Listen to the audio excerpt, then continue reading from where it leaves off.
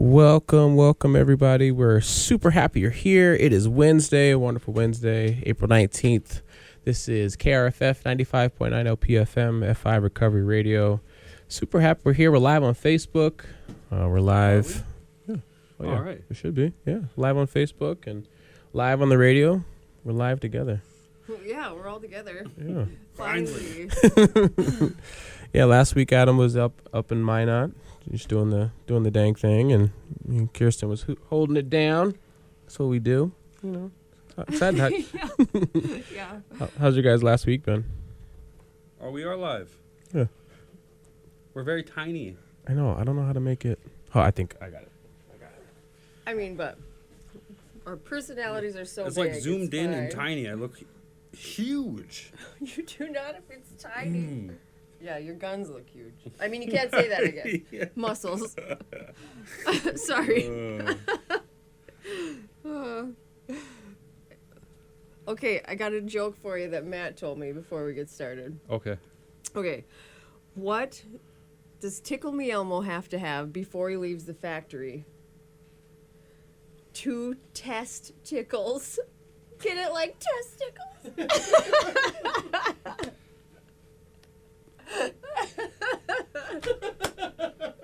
No, I don't get it. Like literally. They have to test him, like, because it's Tickle Me Elmos. They have to test Oh, tickle well, you him. can't Yeah, and add letters to the word test. Yes, you can. It's a Yeah. test tickle. Yeah. Oh. And it's from the factory. I was thinking of balls. God. 2 testicles.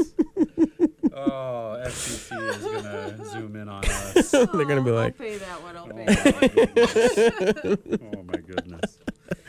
Whose turn is it to pay the fine? man. Oh, man. So if you've never listened to the show, we don't have any fun on this show. So F5 Recovery Radio. This is, I think, our 12th episode, 11th episode. Is it really? 11th or 12th episode, which is amazing and super exciting. And so we just tackle all sorts of different topics and jokes and other things. And the most important part is that we just come, just be transparent, share our lives and our stories and different things. So I want to shout out Matt, who was like, you probably need to like start on time because when I tune into the radio and it's like dead air, then I assume that it's not happening. But yes, we are here. It is happening. So we're super happy about that. And today's topic, we always try to pick a different, interesting topic and, really be able to tackle something new and different. Today is good and bad words. So Yeah. Like testicle? It's Or a testicle? it's a testicle. Jeez Louise. Jeez. Get your mind out of the gutter. Oh, my mind. Okay. Anyway. Yeah. But we have a rule in my house, I guess, for good and bad words that I could go over, which I'm not like, nobody's asked me to write a parenting book or anything, so I don't know that I'm killing it, but we have, ever since the boys are little, I've told them, I don't mind if you swear. I mean, like, because a well-placed swear word can actually be quite funny. And if you know your audience, fine. You know what I mean? Like, figure it out. Learn your audience. Those words aren't so bad. But if I ever hear that you called somebody fat or stupid or put them down in any way, I will mess up your day. I thought you were going to say, I will murder you. Yes, and then we don't talk about murder. So, But anyway, that's a rule we've held to, and a lot of times, my middle son loves naughty stuff. He just loves to swear. He I can see loves that. it. So he'll say like, "Mom," he'll tell me this ridiculous joke, and the punchline is MF. And so then I'll say, "Let's just go outside and yell it. Let's go yell MF all over." And then he goes, "Well, that took all the fun out of it." Like, okay. But this one time we had our youngest was bullying this kid at the pool, which broke my heart to think that my kid was a part of the bullying part, which is just like, it's heartbreaking either way. But, they got to learn their own things too. But anyway, so after I settled down a little bit, my husband and I decided that, the things we've learned in recovery, actually, we've applied to parenting, and they've worked out pretty good. And because we don't know what we're doing. Like, turns out they give you kids and they don't ever tell you what to do. They just give them to you. Yeah. It's frightening. I mean, there's a little more process to that. well, I mean, than it's just freaky. all of a sudden you have a kid. Like, I mean, well, yeah, okay. Okay, I'll go yeah, with that. you do, right? You do. You go home. You just did this. You go home with a baby, and Yeah. you're like, Yep. well, now what? Well, now Where's what? the nurse? Uh-huh. Yeah. I need somebody to come get this thing. How do I swaddle this thing? I need somebody to come get this thing. So, and I'm not a real good baby mom. Like, I think I'm better as they get older. But anyway, so he was with these other boys, and he's like, I wanted to be cool and whatever. And I'm like, whatever your reason is terrible. And so in recovery, you learn how to make amends, not just say you're sorry. Saying you're sorry means nothing anymore because you've said it so many times, it's useless. Yep. So he needed to go talk to this kid's parents, because he made the parents sad too. And then he had to, like, I said, okay, now it's your job. Anytime that this kid is being picked on, your job is to stand up for him. This is Wow. what you have volunteered for. Okay. And so anyway, so since then that has happened, and they hang out together every now and then. It's just like, it changed how he saw it. It changed how I saw it. It changed how effective words are. You know what a big deal what you say is. But anyway, so that's the naughty word rule in my house. I wish we had. I mean, yeah. I don't. One time I was newly trying to be a co-parent. I'm still not very good at. To this day I suck at being a co-parent. I'm just You're a great dad. ADHD all over the place, whatever. And Brecken was like starting to come over to my house when I was still living with Curtis, right? When I was rented a room from Curtis and Stacy, and and then I rented the second room or whatever, so Brecken could have a room on the weekends.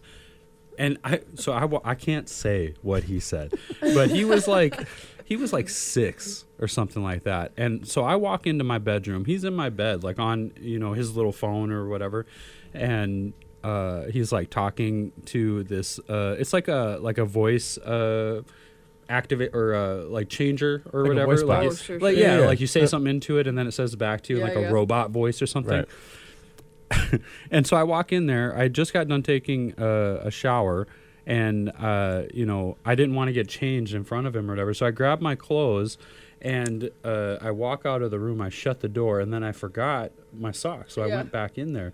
My door is super silent. Brecken's underneath the blankets, right? He does not know that I came back into the room, and he starts cussing up a storm into this phone and listening to it like Just talk so he back could to hear him in a robot voice. And oh my God, I was like dying inside listening to this tiny little child's robot voice repeat back cuss words. And I'm like, Brecken, and the blankets come whipping over, and he looks at me. He's like, I was like, what are you doing? And he's like, I don't know. Oh, I was like, stop doing that. I wanted to see. Oh man, it was hilarious. Sometimes that stuff happens, and it's like when you see a baby that accidentally doesn't even realize it's like flicking you off. It's just holding the middle finger up, and you're like, "Oh, take a picture!" Oh, they're growing up so fast. Oh, I love it. I love it. I think it's great. Oh. And my kids don't swear too much. No, Like, we definitely don't hold back at my house. Yeah. Who would have thought that like freedom people actually like Make better choices. make better I choices know. if they have freedoms and opportunities. Yeah. Right. Yeah, government. I know. I was thinking on the way here, I was like, man, I'm really glad we're on the radio because we can like say whatever we want. And then I started thinking about it. I was like, no, we can't. Like No. for a country that really believes in the First Amendment right, we can't say a lot of stuff. It is insane how much. Or if you do, it's not even the government; it's culture, right? Yeah. That really gets angry at some of the things. And it's the same as you were telling your your kids, right? Like if you're being hurtful, like comedians really fall into this category, right? Where if they go too far, you know. And I'm like, man, can a comedian, like, do we want to live in a culture or a society that believes that you can go too far? I think in some, physically harm, right? Crime, you know, but words. See the audience. Like if you're at a comedy show and you get offended, well, geez, Louise. Yeah, man. Why did you go? Why go? You know, I don't know. You're sensitive. What do you think?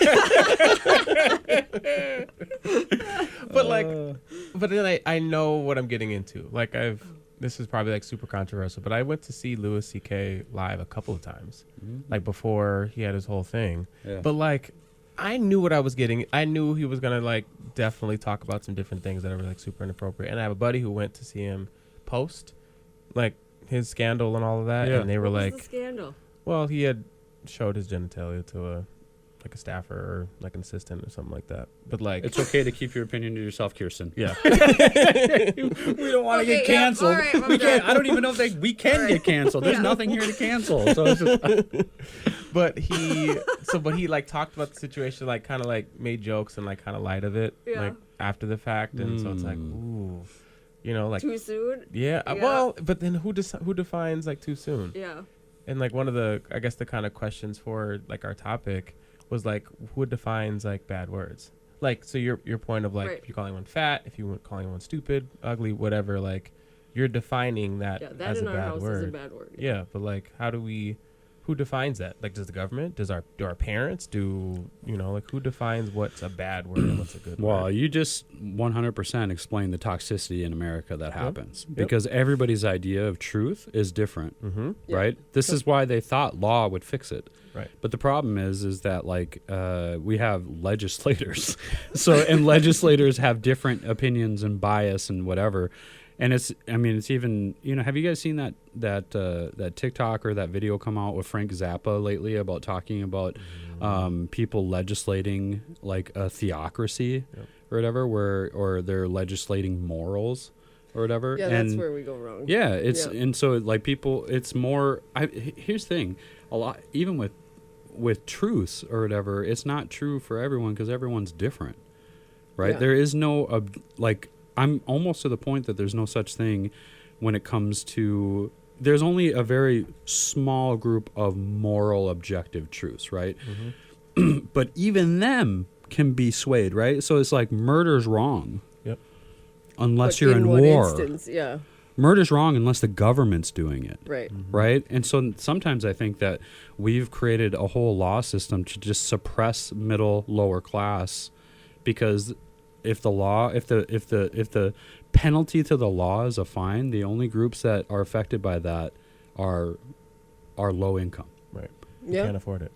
Anyone else, it would be a minor inconvenience. It could be even a little bit of more of an inconvenience. But for rich people, the elite, the legislators, I mean, they don't even have to drug test for their legislators. Don't even have to drug test for their benefits. Why? I didn't know that. Why don't they have to? Yeah. Why does everybody else have to, you know, take like if I want life insurance or whatever, I got to take drug tests, I got to take blood tests. I don't see, you know, legislators don't, or even rich don't have to worry about that because if they can't get life insurance, which would be impossible, they would just have money to take care of themselves, you know, and then or even benefits with the state for welfare. You got to take drug tests. Yep. You know, which, whatever, fine. Like, if that's going to be your thing or whatever, but just keep in mind that we're in the highest epidemic of drugs, suicide, mental health, and a lot of times, this is probably controversial, drugs have saved people's lives from, like, taking their life. For real. But on the other end, obviously, fentanyl, heroin, you know, all that stuff. Like, it's a very fine line, but alcohol saved me plenty of times before, you know, it's before just moral, I got sober. Like when it says church and state shouldn't mix or whatever, it like that happened in the past. And I think that just carries over for good and bad reasons. But, and I definitely don't probably have unlike opinions, you know what I mean, to others, which that's fine. But, you can't police morals, you know, and I think that's what ends up happening, and we end up hurting more people. It's just like we just said, like with more freedom, people choose better things because they do want better things, but you just, I don't know, sometimes if somebody says you can't have it, well, then I want it all of a sudden. Right. The prison system is built for a certain type, or the justice system in general, the courts, the prisons, the jails, is built for the person that can self-correct. Yeah. Right? They get a DUI one time. We see them in recovery meetings all the time. They got a DUI one time. They're like, that's enough. Yeah. I'm done. And then they just stay sober. Right? There's a group, and that's what the system was built for. Right. What it's not built for is the constant cycle that goes through there, that churn, of people who are severely addicted or have severe alcoholism or have a mental health condition that's been undiagnosed. Untreated. And then it just turns into like they just don't care. They don't want to be citizens. They're whatever. Or if they do get the help that they need or whatever, they're like, why do they get the help? Right. Like that dude with the professional baseball player, right? He played baseball, and then he was diagnosed schizophrenia. Just had like this weird, like there's a before and after picture of him like playing baseball, to him deep in his mental health. And they were like, oh, we signed him up to play base or play. He's not going to play baseball, but he's going to be on the team so he can get the healthcare benefits that he needs. Yeah. And first thing people say is, why? He's rich. Right. It's like, do you know that? Yeah. They just assume that he's rich. Yeah. And even if he does have money, you know how much insurance costs? Yeah. And I don't have schizophrenia. And so I would rather like our healthcare system and even our justice system to really focus on those people with severe mental health conditions rather than making a ton of money off a bunch of low-level addicts or whatever that just need a little bit of treatment and community, right? Get them into a different system, get them help, and then focus on the severe crimes of rape and murder and gun crimes and people who are distributing fentanyl all over America. But where are they? They're not getting locked up, right? Because they're too busy trying to respond to a drunk call on Broadway instead of doing investigations of where this drugs are really coming from. Or if they do, they only have a team of like 3 people doing it versus 60 cops running all over Fargo.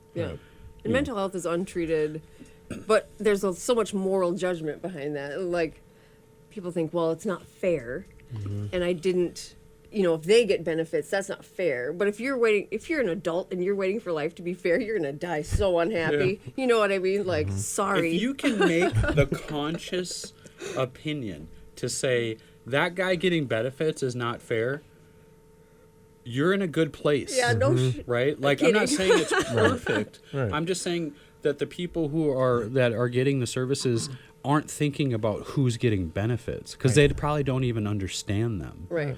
Like, we're trying to help a group of people that cannot not just fit into, like, they can't fit into society. They can't fit into anything. Yeah. And that is a risk and unsafe or whatever. But let's worry about, what we're spending our money on from the government. That's the place you want to pick. Yeah. Right. Who's getting better. Right. Yeah, I know. We're actually using the money for people instead of God knows what the city spends money on. But if they're not money grateful, then cut them off. You know what I mean? It's just silly. Fill my potholes. Let that guy with schizophrenia continue to run around without any help. And dig potholes. Yeah. Oh, wait a minute. The guy with schizophrenia is creating the potholes. There you go. We just got him help. Now we got to help him. What are bad words in your house? Because you grew up very... Oh, man. Anything that was... Yeah, like, it was anything. Like, we couldn't say darn because it was too close. Oh, like, it was the you substitution words. And it was like, nope, you couldn't say darn. You couldn't say hell. Like, even though hell's in the Bible, you still couldn't say hell or definitely couldn't use the Lord's name in vain. Like, there was none of that. Like, it was just it was almost like, should I even say anything? Is this why I haven't met your parents? Probably. Okay. Do you keep them away from us? No, they just come they come just very rarely. Where they live? In California. Yeah, I barely come here either. Yeah. Like, I had to specifically make, like, Joseph was like, why are we making the baby dedication? And I think 4 weeks after Ricky was born. I'm like, because this is the only way my parents will come in the winter. Yeah. And they literally stayed the shortest amount of time that they could. And I was like, well, at least this way I we'll get understand them. that. I understand that. Yeah. So. Well, my family lives in Alabama. Oh, yeah. I think my grandma, I mean, she's older now, so she can't really make the trip. We're actually going to go down there in June. In June. Oof. It's going to be close. hot. Humid. Yeah. So we're going to go down there in June and stay there for a week and visit with her. But I haven't seen, my grandma was like she was like, what would you call it? Like the chosen one to like deal with so much stuff between kids with alcoholism, her husband. My grandpa got sober when he was 40. He just quit. He just quit. Yep. And what happened? I don't know. He just one day he just woke up and that's what my grandma said. She was like, one day Billy he turned 40 years old and he said, I'm done. And then he would go to work and they'd be like, hey, let's come and have drinks or whatever. And he would just like yell at them. He'd be like, I'm like, I know my grandpa. Happy and healthy. My grandpa was very charismatic. He probably played some, like he probably had some roundabout way of not going or something like that. But yeah, so we're finally going to go see her. And she was there like my whole childhood, always checking in on me. Aww. She'd send me letters when I was in jail. And I remember it was like a business card, and it was like one of those 3D ones. So like if you move it, it like changed, and it was like blurry, and then I changed it, and then it said Jesus, and I was like, and I don't remember what it said, but it had something to do with like turning your life. You could see, and I remember looking at it, I was like, oh, Grandma, I so appreciate that you are the only person that is still talking to me. Yep. So it'll be fun. It likes 3D Jesus cards. Yeah 3D that's awesome. Jesus cards. I really like that a lot. Yeah, my mom had like 3D Elvis cards, which is kind of like Jesus on Earth. Yeah, on, like that. I think my mom had some of those too. Well, she was Southern Baptist. We were not. I wasn't. If I cussed or said Jesus in a bad way, or in any other way that would not glorify him, his name, she would be like, Adam, go get me a peach tree limb. And I'm like, I don't even know what that is, Grandma. And she's like, it's out there. Go get it and bring one back and make sure it's a good one. And so, what a punishment.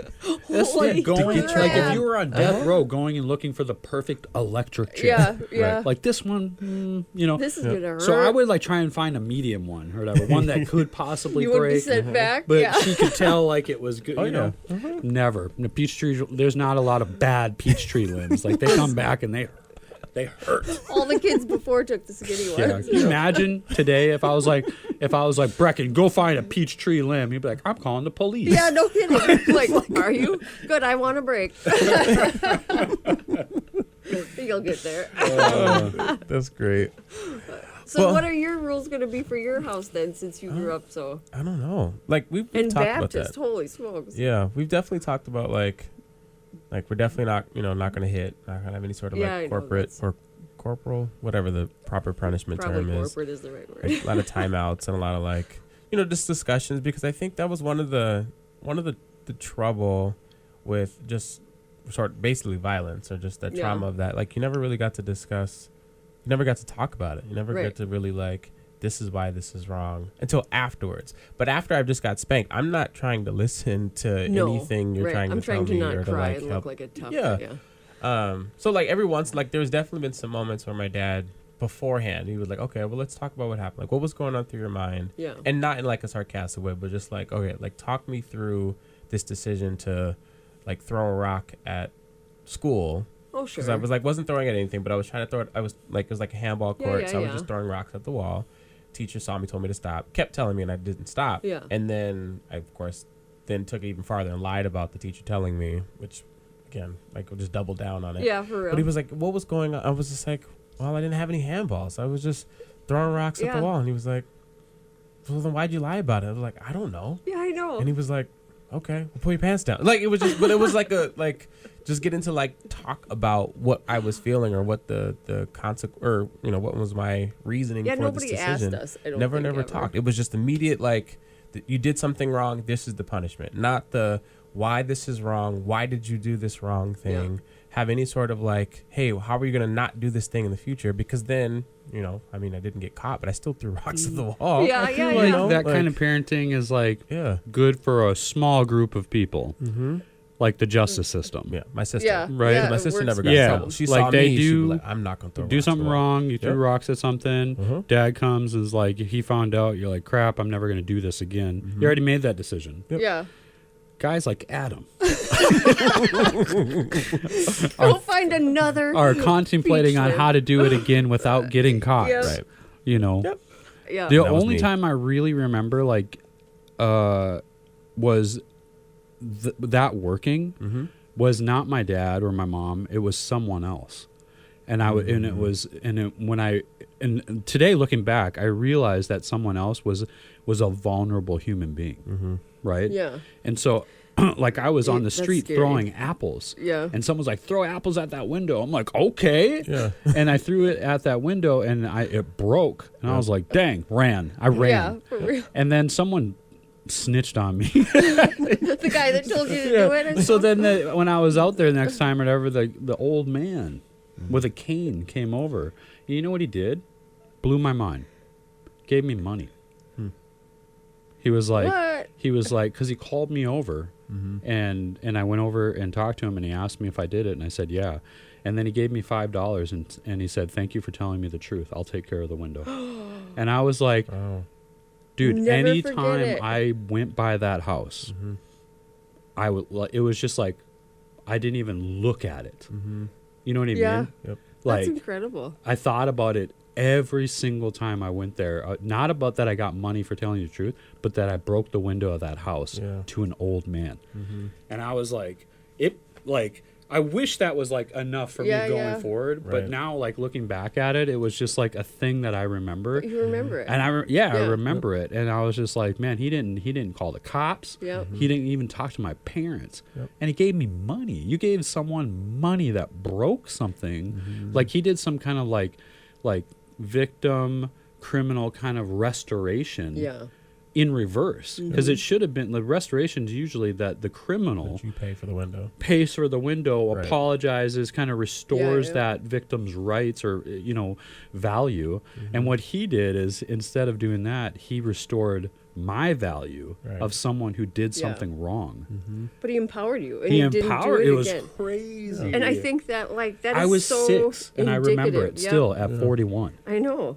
My mother-in-law gave us a book when we first had kids about positive parenting and like how, like positive reinforcement. You kind of ignore the negative unless it's dangerous, and then you just enforce like, oh, you did that so great, or because when they're little and you say, oh, Charlie, you put on your shoes so great, then Sawyer's like, well, I'm putting on my shoes. You know what I mean? That whole thing instead of get your shoes on, which starts to feel awful, as a parent. But anyway, and it's worked out really well to empower them to just like make different choices. And I was never spanked. Yeah. My kids have not been spanked.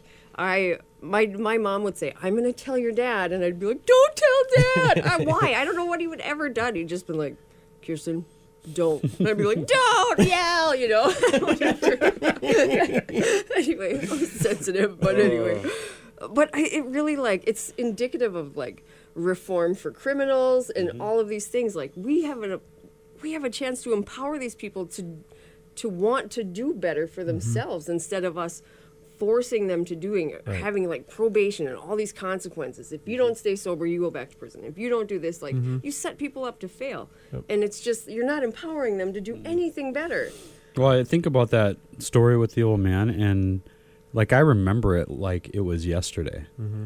And the crazy thing is I don't remember any other scenario like that when I was a kid. The only things I remember are traumatizing. Yep. You know what I mean? Yeah, That's how fear-based. powerful Yeah. that moment was. Yep. Is and even with like the traumatic moments of like dad never being there or being drunk or when he threw me down the step, like when they're blurry. Right. But that moment with that old man is like crisp. Mm-hmm. I remember and it is crazy. Like I try to think like if little moments like that didn't happen Yeah. and it was only trauma that happened throughout my whole life, like where would I be at today? Right. Like there's a pivotal moment there that could have like done more for my psyche than I even know. Right. Yep. A grown man like had grace on me Yeah. and he didn't abuse his authority. You know what I mean? Yeah. Like most of the guys that I had that were considered role models growing up abused their authority, or they just got tired of my crap. Yeah. You know what I mean? Yeah. And then just treated me like just an inconvenient kid that's always around, that's annoying or gets in trouble. Where this guy was just like, you're good enough. Mm-hmm. But that is what you're doing now. Like, you're the old guy now. I mean, not like that. Like, but you're old. You're old with $5 and you're just handing it to fellas. And they're like, I want to be better. Yeah. But it's true. Like, that grace that you offer someone is such a beautiful thing to just be able to say, I don't care where you've been or what you've done. Just sit here with me. Let's just be together. I should find out who that guy is. There's got to be a history with the city on ownership of a house or something like that. The other guy was Mr. Howsky that I had in 7th grade high school. I was a terror in 7th grade. Like, and I just switched from high schools. So I went from Moorhead High to Battle Lake High. Got it. And there was as many people. There wasn't as many people in the whole Battle Lake school system as there was in my grade. Right. In Moorhead, right? So it was like super easy to just kind of get lost in the system in Moorhead and go to Battle Lake, and first day of school got in a fight, you know. And so anyways, grades are trash. My behavior's trash. I'm getting kicked off the baseball team. I'm not even like, they don't even do detention anymore. They're just like, don't come to school. Right. You know. And so then my mom comes to parent teacher conference, which was like the worst. It was like court. Like, and she brought me with, and she cried at every class. Like, I was just a terror to her. And not like in a mean way, just I was so unpredictable. Yeah. And so then we go to Mr. Howsky's class, and then he has this thing where he like writes the letter on the board of what you have or whatever, and he wrote a B. And my mom's like confused, and she was like, she looks at me, and I was like, oh, Cheating. and he's like, you know, Adam's not real good about getting his homework done. And basically he just gave this whole philosophical view that the school system is not built for guys like Adam. Mm-hmm. Adam's going to be successful. He's just not successful right now because of the current system that exists. And I was just like, wow. You know, and my mom cried like joy that someone else saw. One person. Right. And I was not good in his class. Right. He constantly was telling me to be quiet or have me sit in the, you know, but then when I come there and I'll tell you what, from that day forward, I listened to everything that man said. Mm-hmm. Crazy, right? Yeah. And it's how it works though. Yep. God. That was high school. That was like when I was at my, you know, like my lot peak of trouble. Yeah. Right. I mean, the felonies came later. But that's practicing. Only. Yeah. But I was doing the same stuff when I was, you know, a freshman in high school too. Yeah. So it was, you know. Yeah. It's crazy. I really think just like more love helps. But I'm a Pollyanna, and I think all that stuff. Yeah. A what? You know, Pollyanna. Everything's going to be great. Rose-colored glasses, that whole thing. I've never heard that term. Really? Oh, maybe I made it up. No. Well, anyway. Yep. I said I was a poly-dependent one time, and they're like, what's that mean? I was like, I'm addicted to everything. I always tried to be different everywhere I went, even in treatment. I heard it one time, and I was like, that's me. Yep, poly-dependent. That's me. Yep. Well, one thing I wanted to do for this next section, that's depending on like how I don't know if it's necessarily your raised or just your viewpoint on recovery, but I've heard a lot of different people have very, very strong opinions about harm reduction.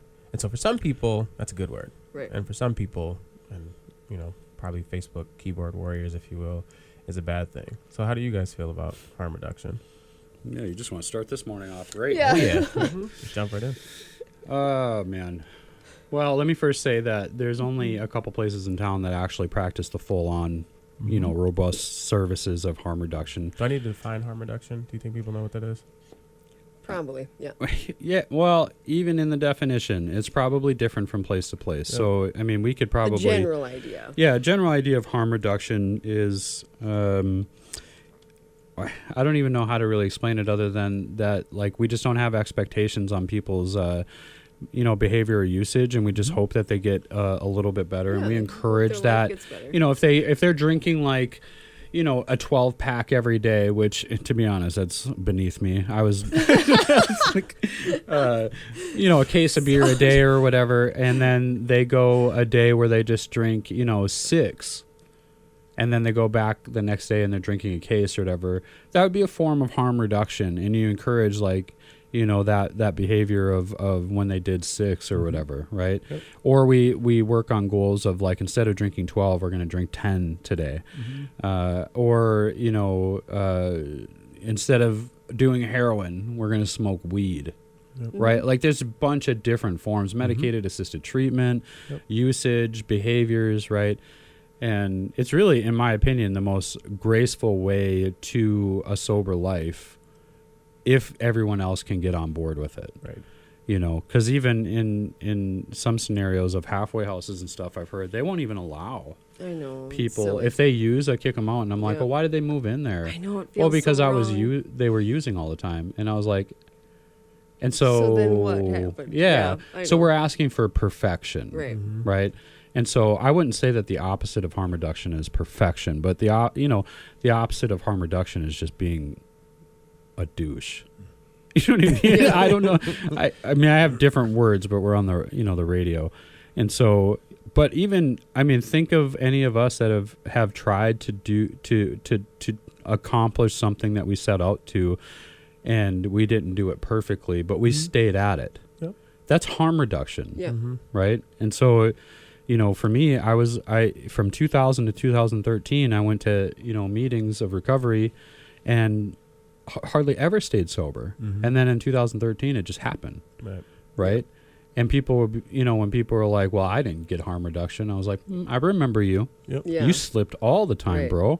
He's like, yeah, but it was like, just because we don't have a term for it, we call it slipping or relapse or something like that. It's a form of harm reduction, because the community around me was like super graceful about it and continued to help me, that's probably the key, continuing to help them no matter what happens. Yes. So, am I for it? 100%. And I think Gladys Ray Shelter probably does the best job with it. They have harm reduction specialists that are great, and they work with a group of people that I don't think I could ever touch. Yeah. I just don't. I would say I don't have the grace or the attention span, right, to full on. So they'll like a sponsor that has. There's people who sponsor 20 guys, and then there's people who sponsor 2, right? And those 2 are probably more than that 20 guys or whatever. And Gladys Ray is those people that they might not be putting out the numbers that like F5 does across the state, right? But they're putting out some quality grace and care for people who really, really need it, that can't get those, unless we legislate that the schizophrenic that's creating potholes can have health care. They're helping a group of people that the government's never going to find a way to actually serve. Right. So, which is unfortunate, because anyway, it's my opinion, they have an illness, but I think it's just being the patience and kindness of allowing people their own journey. And I think when it gets all crazy is when somebody has a very black and white look at it and just gets like mad, or like that's the person who controls the money or something, and then the help isn't there for these people. But like you were saying, it's like anything. Like if I today, I've done this 1,000 times. That's why I say I exist between bursts of reform. I'm gonna run every day. Every day I'm gonna get up, and I'm not, you know what I mean? I can do it for 3 days, and then I don't, and then I kick myself because I couldn't. But now in life, I'm just like, I did it for 3 days. Heck yeah, you know what I mean? But it's just about just like loving people through their darkest times. And it doesn't mean you have to keep giving them money or whatever you're mad about, Like you don't have to support someone's addiction and you can still be supportive. You don't have to do all the things that you get resentful about. Go get your own help, and if someone's doing something dangerous, like, don't be there, or call it in. That's still an okay thing to do, but you just have to allow people their own journeys, and sometimes people's journey is to fail, and that's fine. You know what I mean? It's sometimes, just about every time. Everybody has failed and in to some just way. pick yourself up. Even if you fall flat on your face, you're still moving forward. So I just think I would never give up on somebody because I've seen people come around. Anyway, it's just about kindness and grace. And what do you think? Well, it was hard because like for a long time, I know definitely probably because of the way I was raised, I had to live so much in perfection that it was hard. Like I would get so mad, like because we went to church. I think it was like 6 times a week, or like we were at church Sunday, Tuesdays, and Fridays, but we were at church several times on Sunday, and Tuesday night service and Friday night service. But I would get so mad that we had to go every single week and live this quote unquote perfect life. And so then I would see my friends who would come, I'd see them on Sunday.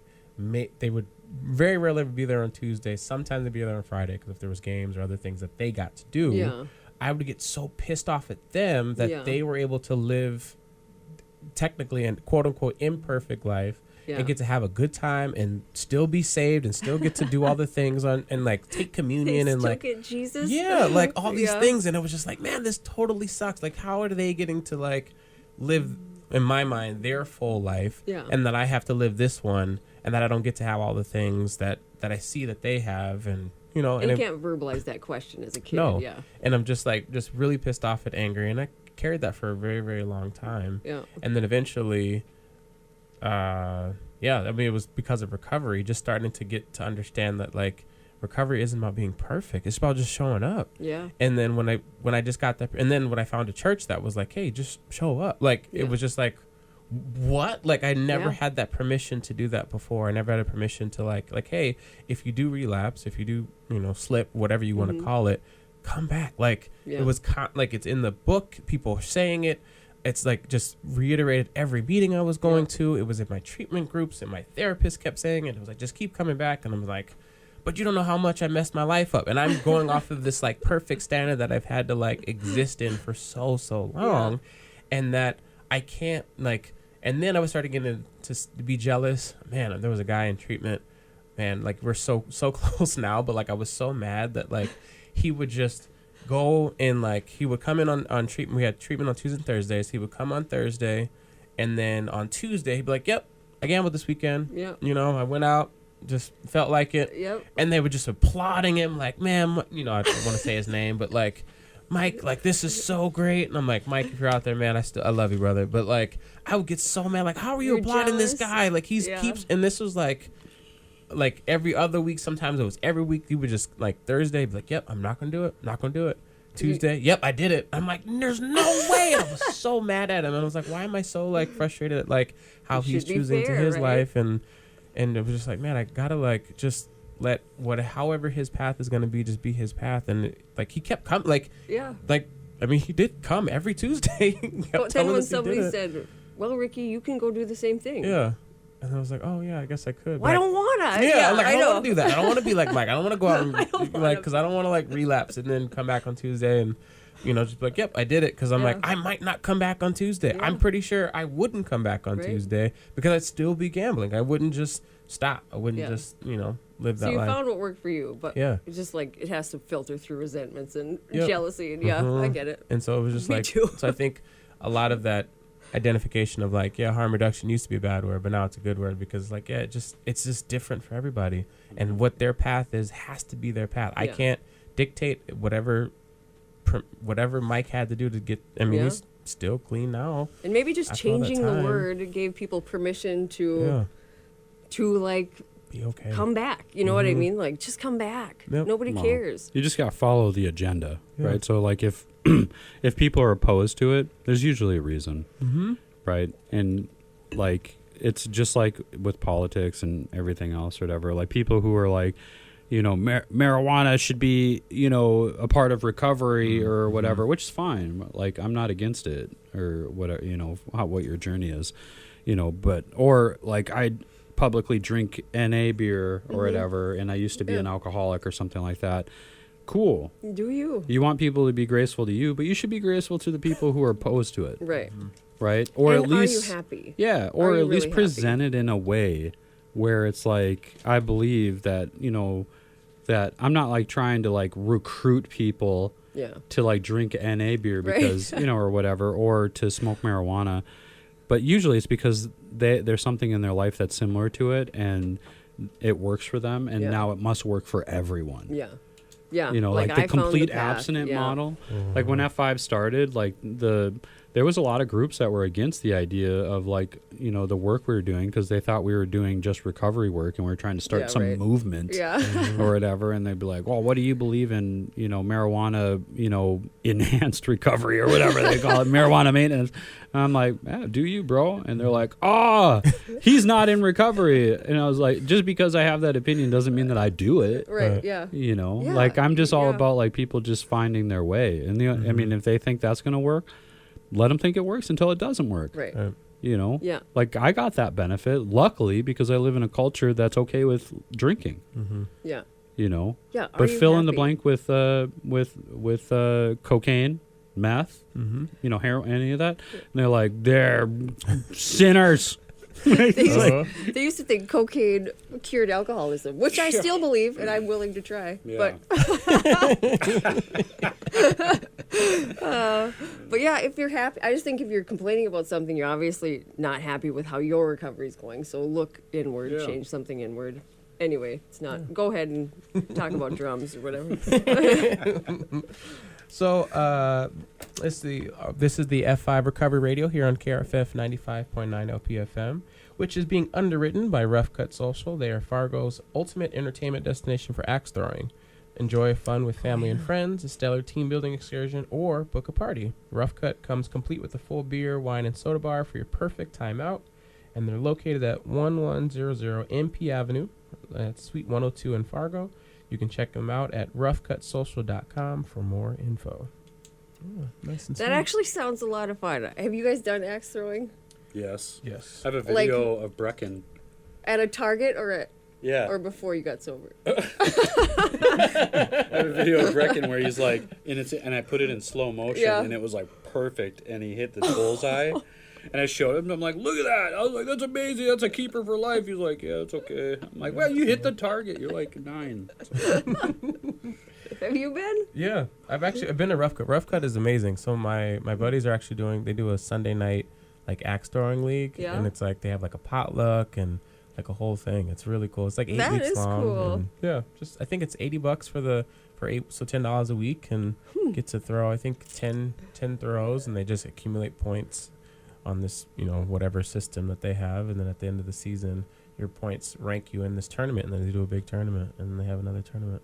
That sounds cool. Yeah, so it's really cool, and I mean, like they have, I think Rough Cut, like you can throw axes, but you can throw like knives and ninja stars. You can throw like all sorts of different things. Yeah, they have a lot of different options depending on. Well, that might be good for me. I'm actually an amazing archer, and only not because I've actually shot a bow, but because I dreamt I did yesterday, actually. And I woke up and told Matt, I'm like really accurate. You when I shoot a bow and arrow. Yeah.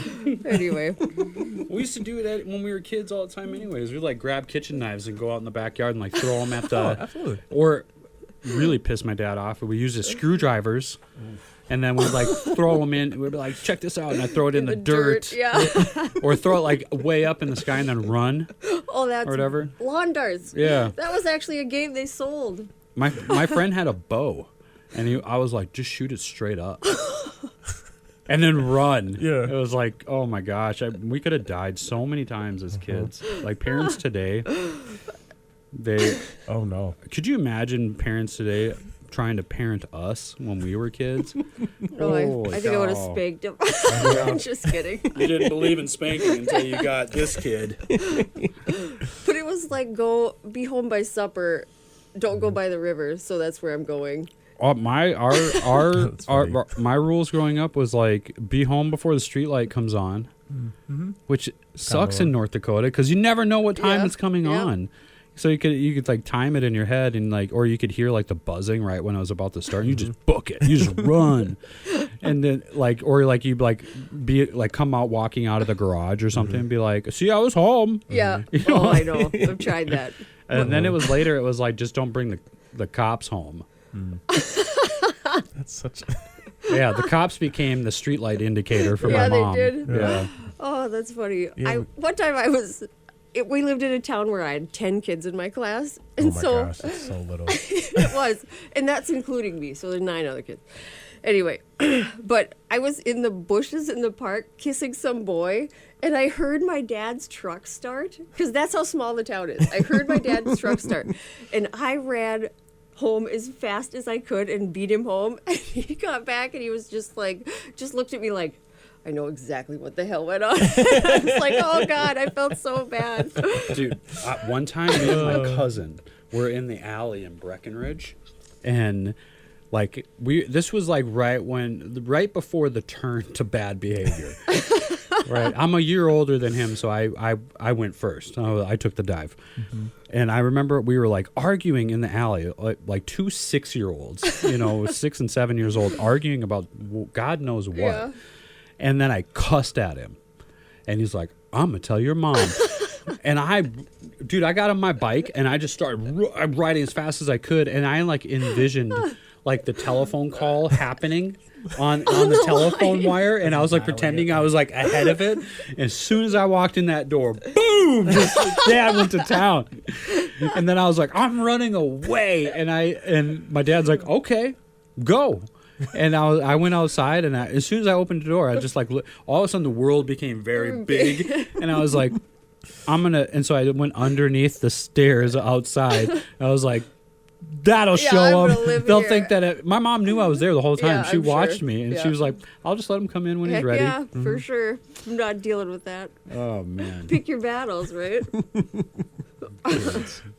That's awesome. Well, for our last segment, this has been really good. So if you're just tuning in here on the radio, it's F5 Recovery Radio here on KRFF 95.9 LPFM. It's One Pretty Ricky, Kirsten Huovinen, and Adam Martin, talking about good and bad words and all the things, and about how language and words impact our recovery and a lot of things. And so kind of for our close and final topic is just what are some things, just always like to leave people with just something to be able to think about and carry with them. So what are some things that we can start to say to ourselves or about other people, and what are some good things that we can just continue to put out in the world to help make the world a little bit better place?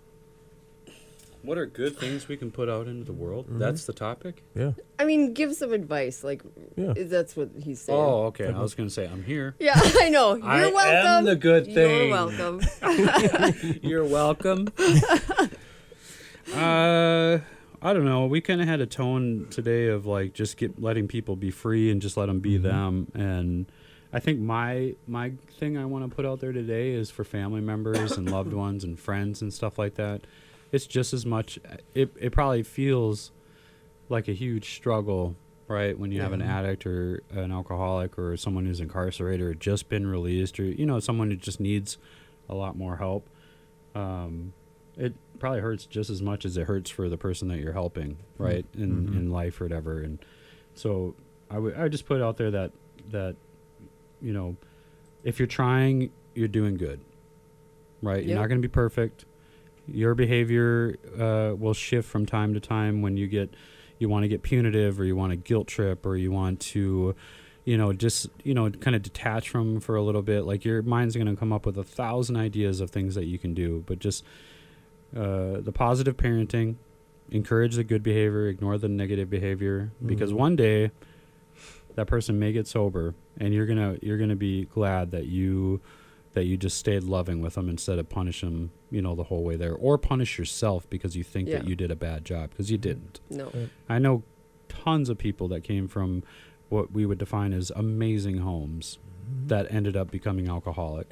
And I know people who came from terrible homes, if you even want to call them that. Right. Their parents did the best they could too. And they ended up CEOs of stuff. You know what I mean? Yeah. So the journeys may be different, but the people are all the same. And they like to hear their names. They like to be treated with value. Yep. And it sucks living a long life of just hurt. Right? Yeah. So you can pivot at any time, and if you guys ever need to talk, parents, loved ones, families, whatever, just reach out and we can help guide through that. So I agree. That's a good one. I just think just forgive everyone, everything. Be happy. If someone else's behavior is bothering you or stressful to you, it's you.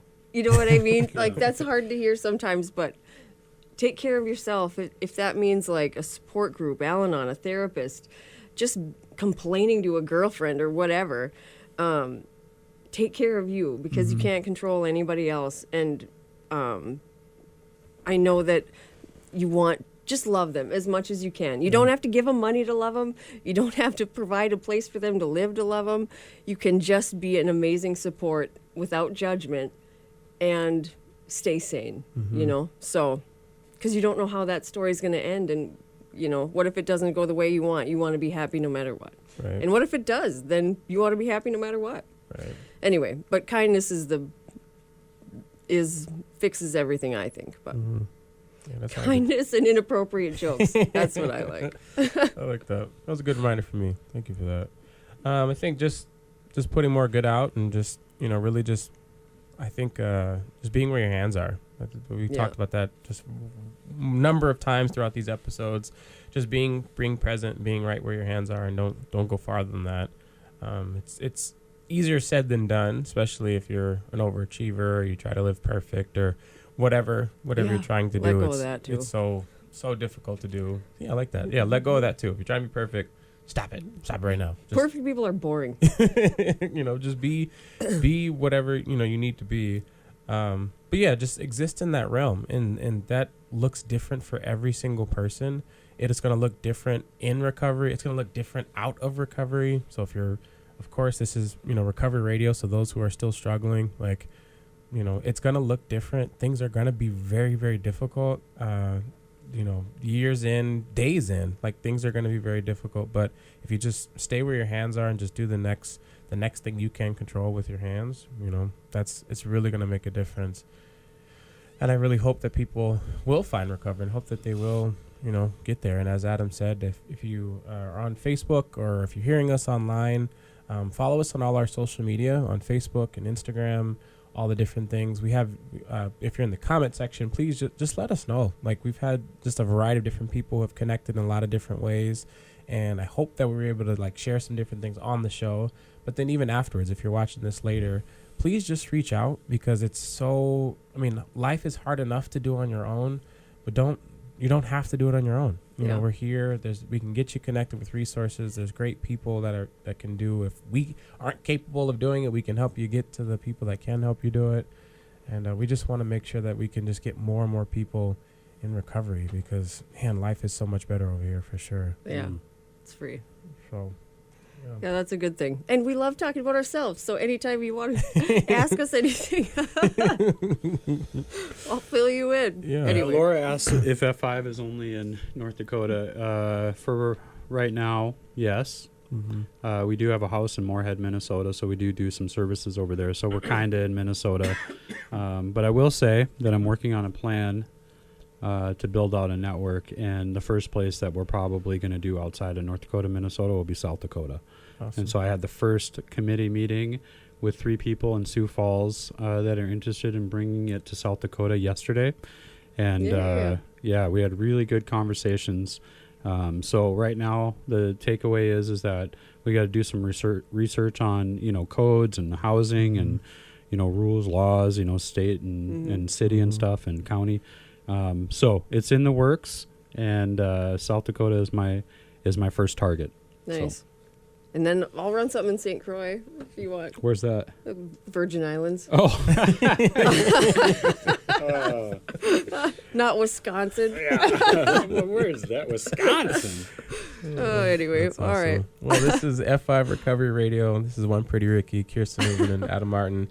Tune in the same time next time, 8 a.m. Central Time. We're going to be talking about being alone versus isolation. So thank you all again for being here. Shout out everybody on Facebook and everyone on the radio. We will see you again real soon.